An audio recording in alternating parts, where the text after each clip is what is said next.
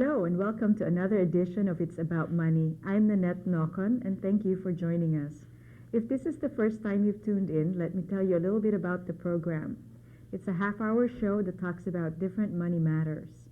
Our objective is to provide you with some information that will educate and motivate you to taking some action in meeting your financial goals and objectives. It's not our intention to replace your advisors because there's no substitute to a financial planning team that includes a financial advisor, an attorney, and an accountant. So thanks again for joining us, and we hope to stay on for the next half hour. Our guest today is Charlie Petty. Charlie is a graduate from Tufts University for his undergraduate and from Boston University for law school. Right. He is the vice president of the Western New York State region of Financial Advisors Division at Oppenheimer Funds. And Charlie's been in the business for a long time. 20 years, I hate to admit it. Well, thank you for being here. I really appreciate that. Well, your expertise is on mutual funds, and I thought that today we can talk about mutual funds and educate our investors a little bit more about it. Okay. Let's start with the basics. Tell me what a mutual fund is and what it's all about. Well, a mutual fund is basically just a vehicle so that people with common financial goals can pool their money together and have somebody professionally manage their money in a diversified portfolio of securities. So it's a pretty simple concept, really.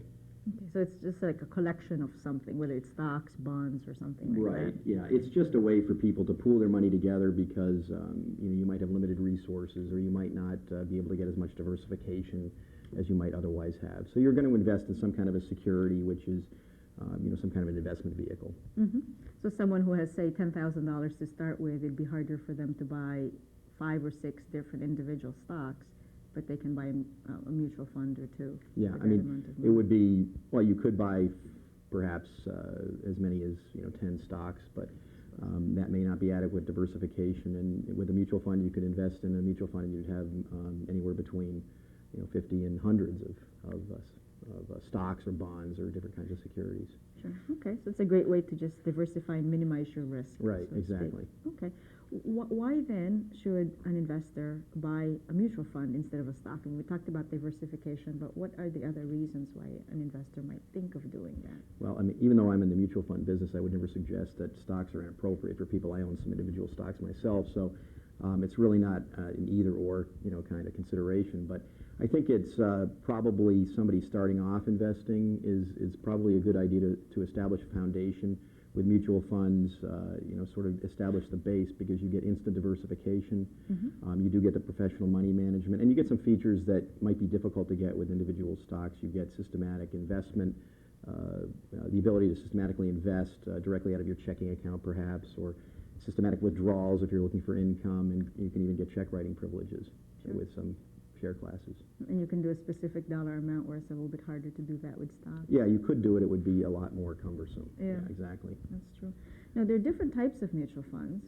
What types of mutual funds are there? Well, I think about this, and it seems like it's a complicated question. It's actually fairly easy. You should really just kind of break it down into 2 major categories: equity funds, which are otherwise known as stock funds, mm-hmm. where you own shares in companies, mm-hmm. and bond funds, where you are in essence a lender and you are lending money to some entity, whether it be a corporation or maybe even the U.S. government, and you receive some income in return. So basically equity funds, which are stocks, bond funds, which are income funds, they generate some income. And then within those groups you have, with equity funds, you have domestic funds, you have international funds, and then underneath those you have value funds, growth funds, aggressive growth, conservative, growth and income. And then in the bond category you really have, I like to break it down into 2 categories, really taxable and tax-free mm-hmm. income. Okay. So it could be really simple and really complex. Well, take a look at it. It's probably the easiest way to look at it is, do I want to own, do I want to participate in the ownership of a portfolio of companies where there probably isn't that much income and you're looking for growth over a period of time for retirement or college or what have you, or do you need current income? That's really a simple, a simple question you have to ask yourself, and that sort of answers which kind of fund you need. So it really is understanding what your objectives are with the money before choosing what type of mutual funds to go into. Okay. There are different types of mutual funds also in the category of large cap, mid cap, and small cap, right, in the equities, and you talked about that.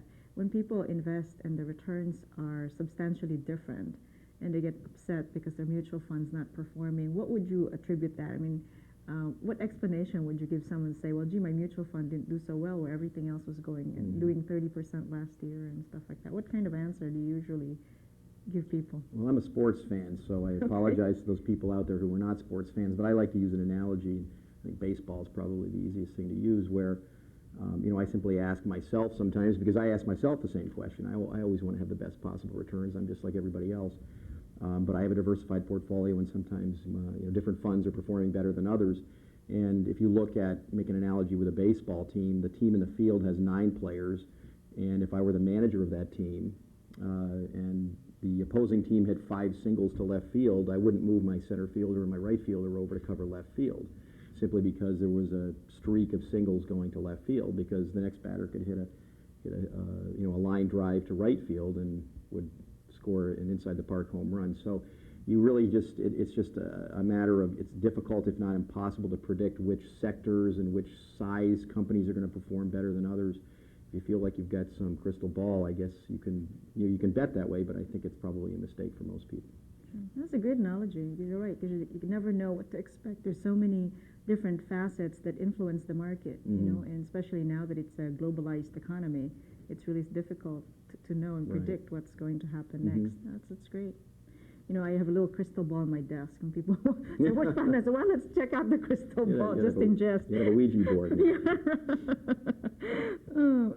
No, there are different classes of mutual funds that are out there. All the letters A, B, C's, and so on. Help us understand what that is.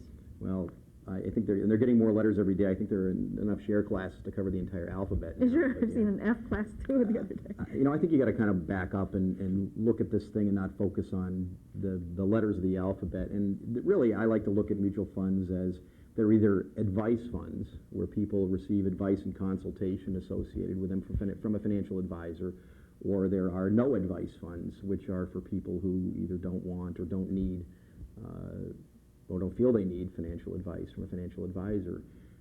If you're looking for advice and consultation, then you're going to pay and compensate the financial advisor for their services, and you can choose to pay them now, or you can choose to pay them over a period of time, or spread it out, and that's going to determine what share class you have. So you're going to pay up front, you're going to spread it over time, and depending on which choice you have, you're going to pick a different letter of the alphabet in terms of share classes.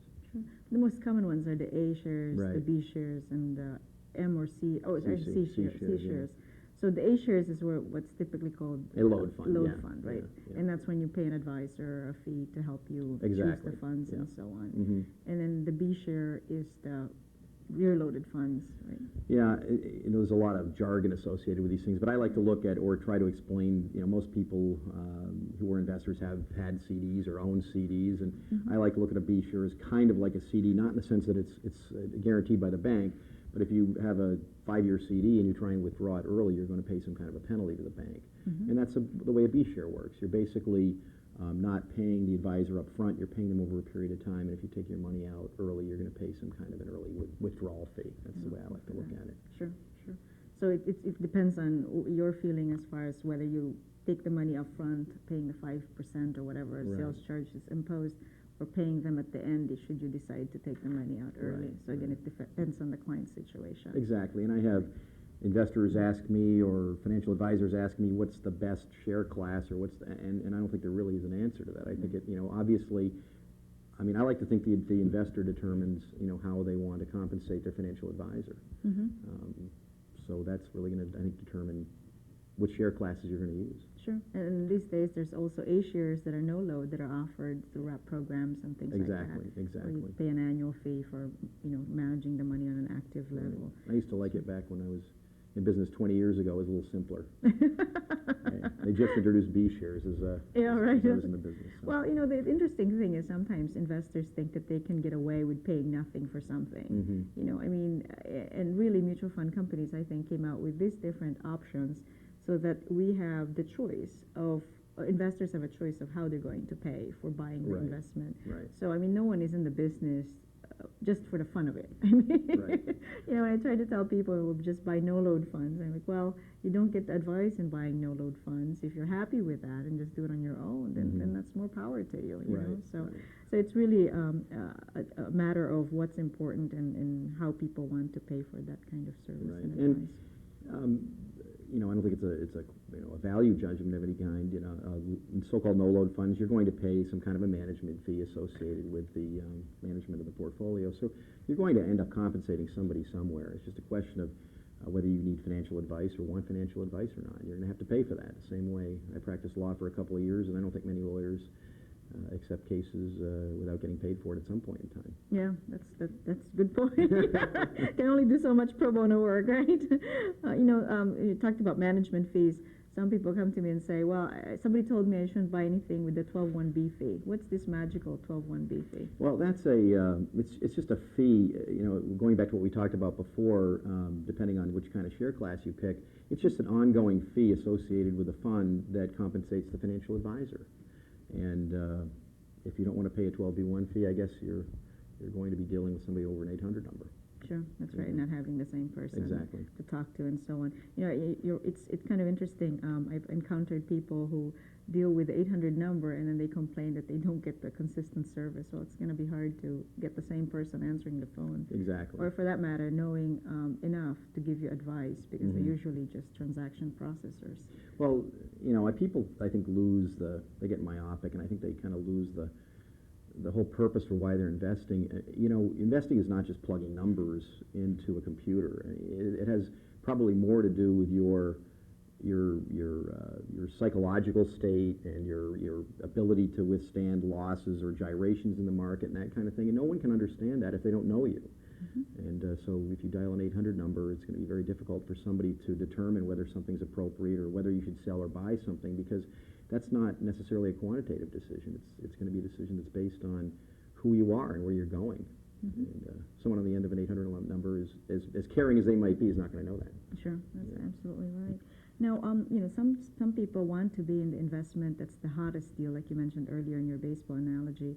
But what is the most common, sensible thing to do for an investor when investing in mutual funds? I mean, how should one approach that in terms of, you know... Picking the specific funds in it, or picking more specific funds and going through the cycles of the market. Right.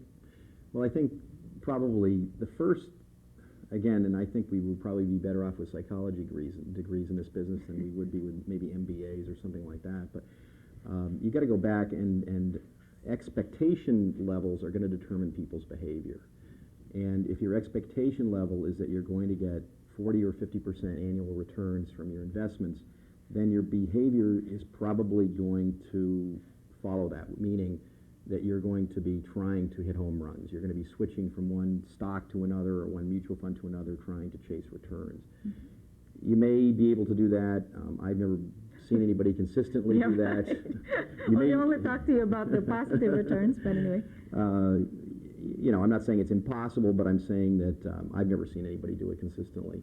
And so I think you have to set your expectation levels somewhat reasonably. And, you know, the stock market has averaged 10 or 12% over the last 70 or 80 years. I don't know whether that's the right number or not. I mean, it's averaged closer to 20% during the 90s. So is 20% the right number? I don't know. But, you know, you're going to have to set your expectation level at some reasonable level of return. And that's just the stock market. If you mix bonds in there, you're going to get a little bit lower return but less volatility.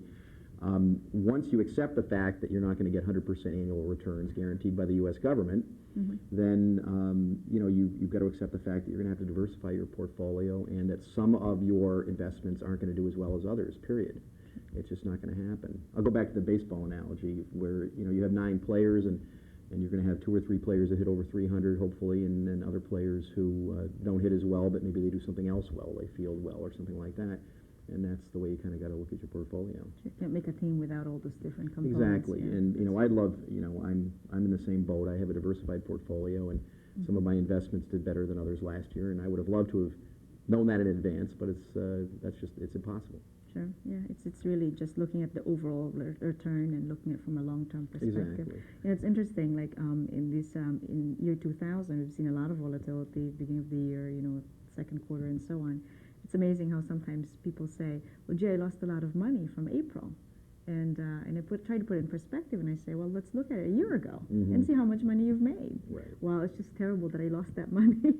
And sometimes people don't understand that it's not really money that you own until you've actually cashed out the investment. Right. That it's really a cycle, and the thing is to just hold on to the investment, and that's how you profit from it in the long run. Well, one of the ways, I'm sorry to interrupt, but one of the things that I try to get people to focus on is, when they're talking about, I've lost money this quarter, or I've lost money yesterday, I said, when's the last time you had your house appraised? They'll look at me, why is he asking me this question? And I said, well, look, that's an asset. It's probably a valuable asset for most people, and one of their probably more valuable assets. And you don't get it appraised every day or every quarter to see what the valuation is. Right. It's even in Rochester, it's probably going to be worth more 10 or 15 years from now. Sure. In San Francisco, it may be worth more tomorrow. Yeah, that's true. So, you just have to have a reasonable time frame in mind, and I think the minimum level time frame is 3 to 5 years. Mm-hmm. Yeah, and it's interesting when sometimes people say too, long term, it's been 6 months, long term. So we have to adjust the perspective of long term. Mm-hmm. Well, 6 months is not a long term. I know for me, when I'm losing money, long term tends to be a week. Yeah. So. Yeah, you're right. It's the psychology and just being able to, and I think that's why sometimes it does help to work with an advisor to help you and hold your hand and help you understand that this is a cycle. Mm-hmm. Because sometimes if you react on emotion, you end up doing the wrong move. Right.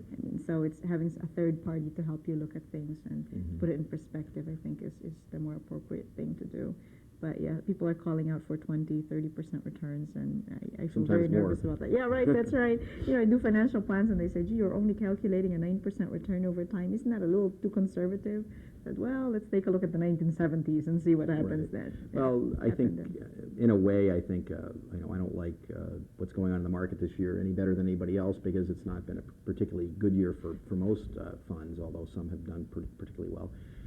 But you just have to look at it and say, this is reality. I mean, last year was not reality. People were buying Cisco and having it quadruple in a short period of time, or some of the other stocks, and that's just not normal. It's abnormal. And I think, this year is kind of a reminder and a wake-up call for investors to go back to the basics, which are you need to diversify, and you need to have a reasonable expectation level. Sure. And I think the interesting thing is about the IPOs, everybody wanted to jump into the IPO and be a part of that, and the dot-com millionaires, Right. And thank God that's kind of, fizzled out. I mean, there's still some mania out there, but it's not as bad as the year before. No, and IPOs, I don't know, the statistic is not, it's probably wrong, but it's going to be, the concept is going to be right. I think something like 75 or 80% of IPOs are selling at less than their issuing values a year later. So, you better be pretty adept at getting in and out of those things. Sure, and it's really hard to understand anyway what the company's all about. Not a lot of information published at that, before IPO. So how do you really make an assessment? So. The definition of an IPO usually means that the company's a new company, and they have some promising ideas or some promising products, but certainly no guarantee. And there's the world is a cruel place out there for companies. Yep, that's right. That's right. Now, what kind of if someone were selecting, say, they want to get started into a growth area and wanted to invest in a large company stock fund, what kinds of things should people be thinking about? I mean, there's thousands and thousands of mutual fund options out there, but what kind of suggestions would you give our viewers with regards to making a selection? Well, you're assuming that you've done some kind of a financial plan and an asset allocation and that kind of thing. It's the way to judge a mutual fund. I think the only way I think you can judge a mutual fund, like in most areas, is to judge it against its peer group. It's very difficult to judge a growth fund against a value fund, or even more absurdly, a growth fund against a bond fund. So obviously you've got to judge it against its peer group. And I think you should probably not look at those funds necessarily which have had the best returns real recently. I think it's more important to look at them over a period of time and look for more consistency. Because I used to have a boss who used to say, I'd rather be lucky than smart. And there are times when managers maybe are real smart or real lucky for short periods of time. And I think you want to look for somebody who has more consistency and can generate good returns without creating a lot of volatility over time. Sure. And one also needs to look at the composition of the portfolio, because if someone's looking at an income fund that really exceeded the performance of its peer group, only to understand it, to see that there were stocks Other in the things in bond there, fund or right. other things in there. That it's hard to say, well, it really did well because it's really not pure in its management Right, of the right. portfolio. And there are many instances where investors will, pick funds because of superior recent performance and pick 4 to 5 funds from a same fund family, and only to find out that those funds own a lot of the same stocks, which is fine when the stocks are going up, but not so fine when the stocks are going down. Sure. That's So a good there's a point. lot more to it, and I think, I've run into, many investors who own funds that when you analyze what's in the funds are kind of surprised by what the funds actually own. Sure. A lot of overlap. Yeah. A lot of overlap, or maybe they're not real comfortable with Mm-hmm. they don't recognize any of the names because they're all .coms or something like that. Oh boy, yeah, that's true. That's true. I like that one commercial on television. I can't remember what company it is when they thought they were diversified, and all of a sudden it was just the same company. The same it's just companies, different right, names. exactly. It's like the same people with different suits or something like that. So that really doesn't give you the No, diversification. no. One of the things I try to tell people is when they're investing, if your portfolio is all moving in the same direction all the time, that you're not diversified enough. Chances are there's too much of the same thing in there. Mhm. So when you look at your statement and you see that 9 of your 9 funds are all moving up, there's something that's got to be wrong. I mean, one of them not needs to be, but is likely to be either flat in performance or underperforming in comparison with the rest of the other mutual funds in the portfolio, just because that's really the practicality of diversification. Sure, Not sure. all of them are going to move in the same manner. You'd want them to kind of offset each other. Right. Offset the waves, so to speak. Well, So. one of the things I think it's difficult for investors to come to grips with is that in an ideal portfolio, something will always be down. And a lot of people are stunned to hear that kind of comment, but in an ideal portfolio, hopefully it's not down a lot, but something should always be moving the other way because the tables can turn. I mean, even if you look day to day at the market, the Dow could be up a lot and the NASDAQ, which is technology laden, could be down. So do you want to bet on one or the other? It's probably better to have, a little bit of both. Sure. And it's actually interesting, too, when the market, you typically referenced with the Dow, is down. People think that the rest of the market's doing Right, terrible, but I right. mean, it's just a measurement of a handful of stocks. There's only 30 30 stocks. really. So it's like, well, how can you measure the rest of the world markets Right. with just 30 stocks? Exactly. And not all of them can be doing well. Others could be, doing poorly. Right. The other thing, too, is people say, well, the S&P 500, and that's 500 stocks, and people expect that's the best performance. All in all, although that happened, we saw that happen The last few years, yeah. right?